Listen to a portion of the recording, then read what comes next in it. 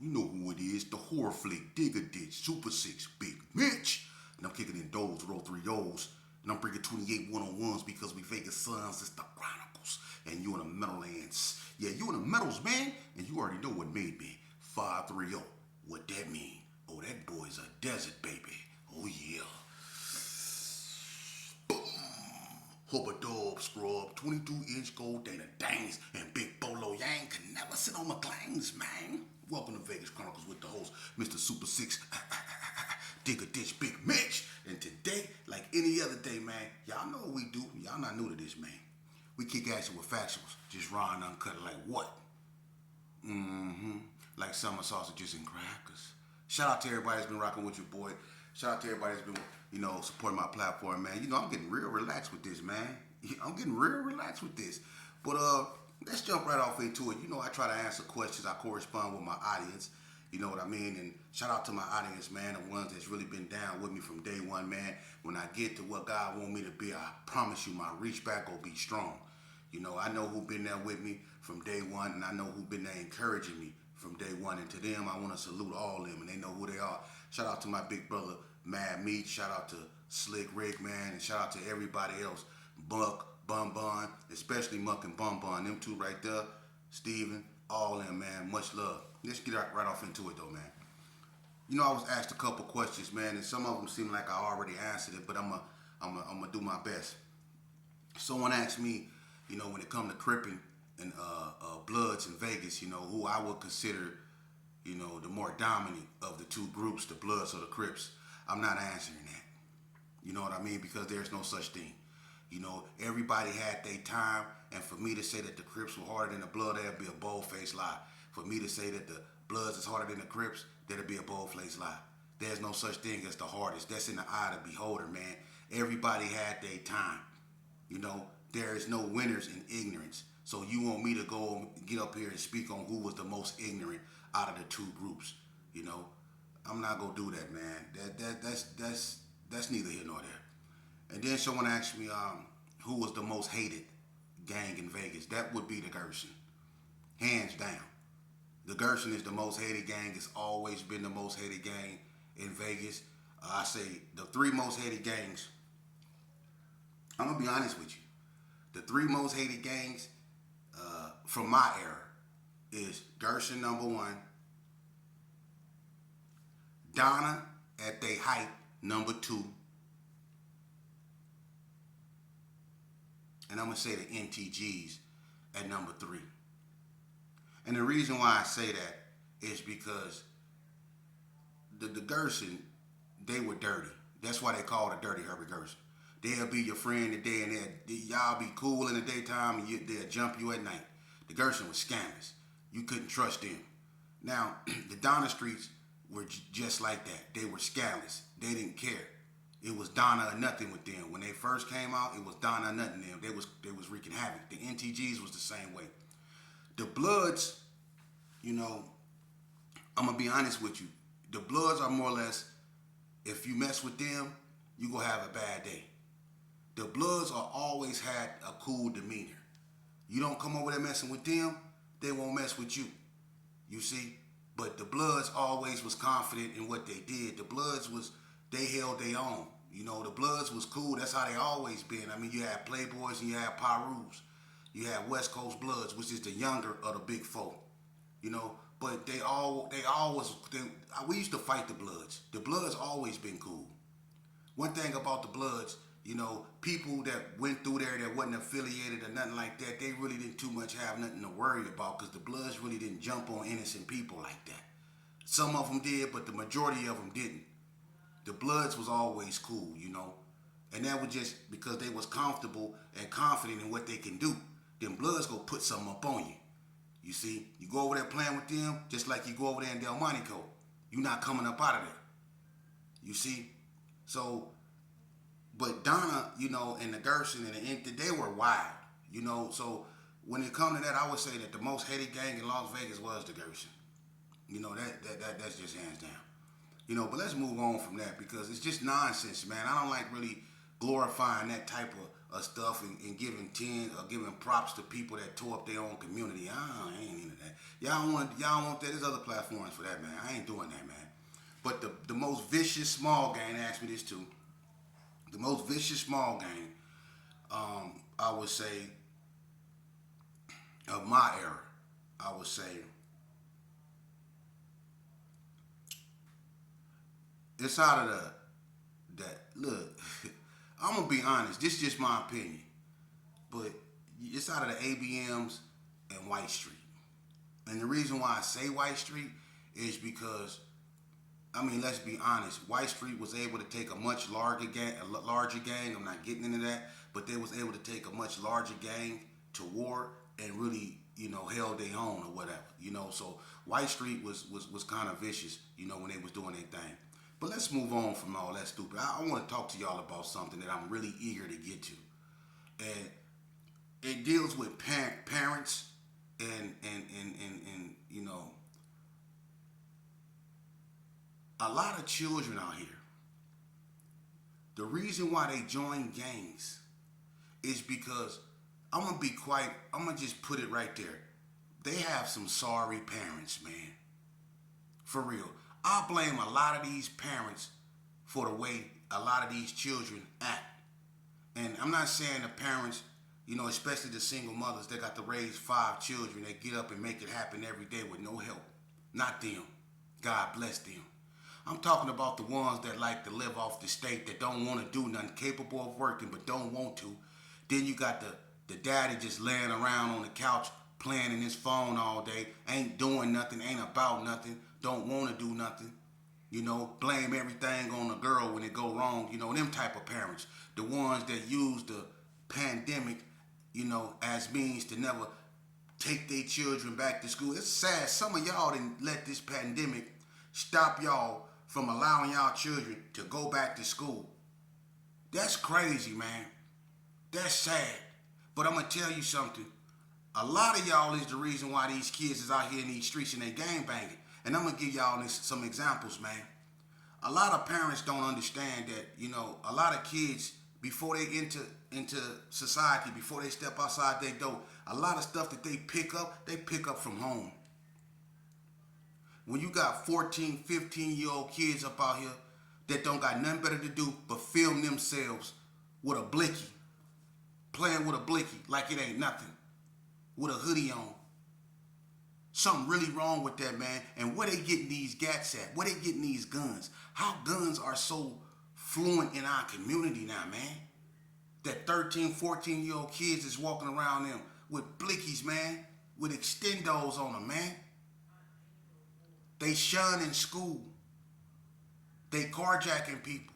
And you wonder where they get this behavior at. A lot of times they get it from their parents. You wonder why these kids, especially the boys, so eager to fight women now.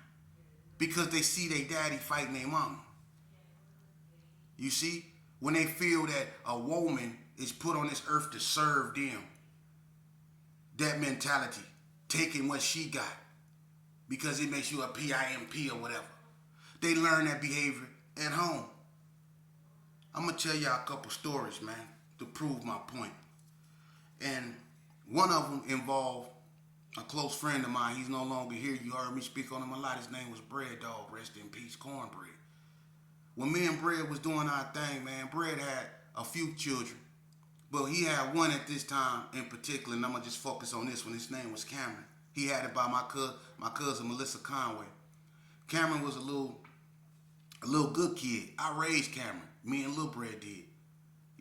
And I had another homeboy, his name was Sonny. Sonny had a son too that was, Cameron's age. They were both little kids. But I'm going to tell you something that we did, whether knowingly or unknowingly. We exposed them to what we were doing. When Bread used to stay with Cassandra in the Little Carry Arms. See, I used to be out there. It used to be me. It used to be Bread, Lil Trap, Tombstone, Roosevelt, Polly Mac, Bip, Quase. Used to be a bunch of us out there. We was the real alley shots, the real alley boys, before this other stuff came along. That was us over there in that alley. Herb started with us. You know, not to take nothing from the alley shots. You know what I'm saying? But we were the original alley boys. But when we was in that alley, right, Melissa used to go to work, and sometimes me and Lil Bread would keep Cameron. Bread would be out doing his thing, and me and Lil Bread would be the only one in the house. And we'd be in there smoking, playing with gats and stuff like that, you know, not in front of the kid, but we was around him. We was drinking and we was doing what we was doing. And sometimes, you know, when we had like a spot on Hilltop over there off Bonanza, we had a spot up over there, and we used to be up over there. They used to bring Cameron, and Sonny used to bring his son up over there. We had 12 gauges, all kind of stuff in this house, man. We want to run from the police, from jackets we did, and we got these kids up in here. And we smoking, we drinking, we playing rap music, you know, we exposing them to this lifestyle. We did that. And when you act that way around your kids, you know, kids don't sit back and do nothing but soak up information. They learn every day. And eventually they gonna catch on. So as time went by, you know, unfortunately, Bread, he was unalived. He passed away, right? But the damage was already done. I remember one day when I was in a penitentiary, you know, Face came to my window and he said, you know who this is? And I'm like, who? And a youngster came to my window and he looked in. I said, I don't know who that is. He said, you don't know who that is? I said, no. He said, that's Cameron. I said, Cameron? He said, Bread's son. I looked. He had growed up and everything. But you know what? He was claiming Gerson. He was throwing K's. You know? Melissa, his mama, she passed away. Now he infected with what Bread was infected with. He banging Gerson. I tried to talk to him every chance I got. You know? And I can tell he lost his father and he lost his mother. And I can tell that he was hurt, man. It was avoiding him. And for whatever reason, when he got out, he got in a situation, man, and he was unalived. You get what I'm saying? He was unalived, just like his father. Now he gone. So Melissa gone, Bread gone, and Cameron gone. And I'm going to be honest with you, man. When I used to talk to him and he used to try to give me a cake, I wouldn't give him no cake. I used to feed this little boy raviolis and stuff like that when he was a baby. Now he in prison with me trying to give me a cake. I wouldn't give it to him. And then he get out and he got unalived. Let that marinate. We expose our children to this. And I had another little Brody. I'm going to just give y'all some stories. Just listen to me. I had another little Brody. His name was Marvin King. He was a junior. Me and Marvin was in the trust program at Southern Desert. Me, him, a few more people. I used to talk to him. He used to come to my table every day. At first, we stayed in Unit 6 before we went to the trust program. This is when I went back on violation. I got kind of close to that dude, you know. He used to sit at my table. He used to always come up to me. What's up, Brody? And he used to always sit down. We used to talk and stuff like that. Him and Kill Mac. I had another little Brody named Kill Mac. They was into it over a female. They used to both call her female. And she was messing with two homeboys. And turned them against one another. They was really feuding behind this female. And I used to tell them, man, y'all both locked up. She out there. You both got access to her phone. Y'all both saying that's y'all girl. But if that's y'all girl, why she won't block him? Well, if that's your girl, why she won't block him? She playing both of y'all. And now y'all in here mad at each other. And you basically want to fight behind a female that's laughing at you cats. You know? And I used to tell Marv, man, because Marv was a good dude. He know how to work on cars real good. His daddy, you know, was a real good dude. His auntie, Janice, you know, that's family right there. You know, Marvin is family. His daddy, that's family. So his son, you know, that's family, you know. And I used to talk to him all the time, man. Marvin wasn't no hardcore gangbanger like that. He was actually a good kid, man. He could have made it, man. He knew how to work on those cars, man, and he had a good head on his shoulder, man. He was just stuck in his ways, you know. And unfortunately, he got into it with someone, and I'm not gonna get all into that, but I'm just showing you. His daddy was a known individual back in the days. His auntie was a known individual back in the days. You know, that name, Marvin King, that name is respected. You know? So I don't know if he was trying to be like his father. I don't know what he was trying to do, man. Because his father is known for having women. His father was known for having major money. His auntie Janice was known for having major money back in the days.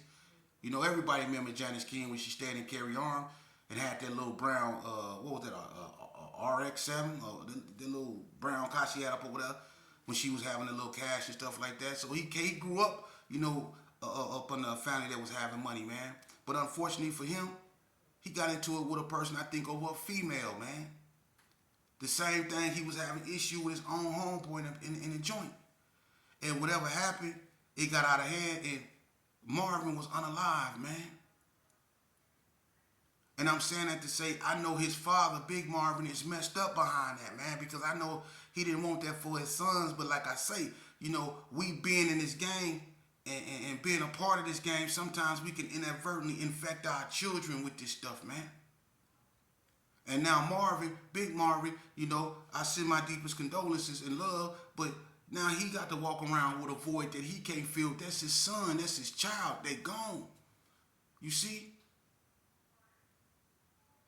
I don't understand that, man. It's a lot of dudes out here that used to be gangbangers, man, that don't want this for their children. But they be powerless to stop them from being infected by this, man. And I'm going to give y'all one more so y'all can really understand what I'm trying to tell you. All right? And I kind of scrambled this up a little bit just to protect the family. But some people still going to know who I'm talking about. But I mean, no disrespect or nothing. I'm just trying to use it as an example. That's why I'm going to scramble it up a little bit, all right? But check this out. I had this homeboy, right? And I was real close with him. And he had a female. And she was my homegirl. And, you know, they was some reputables, too. They stayed in Carry On, right? And my homeboy and his homegirl, you know, they was pushing the line when it came to Gershon Park. You know, his girl, she was really, you know, she was out there. She was in the street. She was known. And she used to hang with this female named Shanika. And her and Shanika was beating up everybody in Carry Arms at one point. People were scared of them too. You know? And her dude, my homeboy, me and him was close. He was pushing the line. You know? They was a reputable couple, let's put it that way. But what ended up happening, they had some kids. Right? And you know, like I said with Bread, you know, they were exposed to this life. You know, the daddy was always hustling. He was putting in work. The mama was fighting, doing what she got to do. So the children grew up in that environment. They grew up in Carry Arms. They grew up around all that madness, right? So the son, he started banging. The daughter, she ended up being gifted with her hands. So she was around there like her mama, whooping everything out. So they got infected with it, right? So as time went on, my homeboy who I was close with, he started smoking. Got bad with it. Started smoking, right? The mama, she went through whatever she went through, you know? Psychologically, you know how women go through that, man, you know? So over time, you know, they fell apart, grew apart, whatever. He went on, started doing his thing. She went on, started doing her thing. But the kids grew up in that life. And it's like the son took his place and the daughter took her place. You see? So now the kids out there, and they making a name for themselves. You know? And as time went on, you know, the daughter had kids or whatever. She didn't develop the reputation as a fighter. She whooped dudes, you know? The mother didn't settle down now, you know. She been through what she been through. She at that stage now where she just trying to settle down, you know, and just heal. The father, you know, he didn't went through what he went through. He didn't got locked up. He trying to come back, you know what I mean, and do what he do. But what happened was the daughter, had a boyfriend or whatever, and they got into it. They always fighting. You know what I mean? And well, on this particular day, the daughter got into it with, you know, I don't know if it was her boyfriend or whatever, but she got into it with another cat. And the daughter ended up fighting the boy, right? And it was supposed to have been a bad fight or whatever. And I told you that girl, the daughter can fight now. She got hands. So whoever she got in the fight with, you know what I mean, it was all bad. And the mother tried to intervene and break it up, you know. And she was just trying to, you know, you go that way, you go that way. Just trying to break everything up, you know. And the boy that was out there fighting the girl, you know, something transpired, guns was pulled, shots was fired, and the mama got hit in the head, man. The mama got hit in the head. So, now you see, and that wasn't it. Because after that happened, as tragic as that was, if I'm not mistaken, after that happened, the father later on passed away out of state in a car accident. So they lost their father and their mother. You see? But the son straight stumped down, claiming that. And the daughter is too. Where they get it from? They got it from their mother. They got it from their father. And their mother and their father is gone now. Imagine how they feel. Imagine where they at right here. So to you parents out there, man, if y'all claim y'all love y'all seeds, don't love them when they're looking at a life sentence. Don't love them when they're on a life support machine. Love them right now. If you love your children, love them right now. You know how many reputables out here in these streets that's broken, irreparable, behind the destruction that gang banging has caused. It's a lot of sorry family members, though. It's a lot of, not family members, parents. It's a lot of. To you youngsters out here, man, I know the first form of authoritative figures that y'all will ever know will be your parents. And without that right there, without that stability, without that discipline in your life, you all but doomed. If you don't have a strong foundation at home, you're going to be all over the place in society. You know? And it's a lot of people up out here, and I'm not talking about the parents that do their best, that try their best. But because I know what parents are up against. The lure of the streets is too powerful, man. And these kids and these youth, what they're seeking that they're not finding at home, is costing them their lives because they go in the street looking for that acceptance, love, wanting. You see, they go looking for that in the streets, and then they end up getting with a clique of guys that they think got their back, that tell them, man, I love you, homie.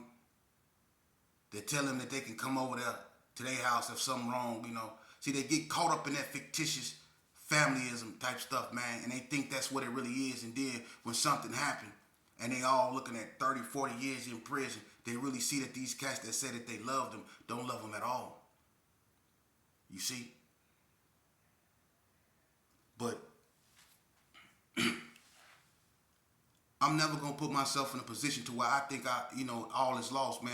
A lot of people, they didn't basically gave up on our youth, man, because the situation looks so dire, because it's so many people, when we wake up in the morning, it seems to just, every day, no matter what we do, it's just the same old thing. But what we have to do is we have to stop looking at it and just talking about it. We have to get out here in these streets, man. We have to get in these youngsters' face, man. And we have to really show them that we care about them, that we do love them. And when we do that, man, maybe we can re-get their attention.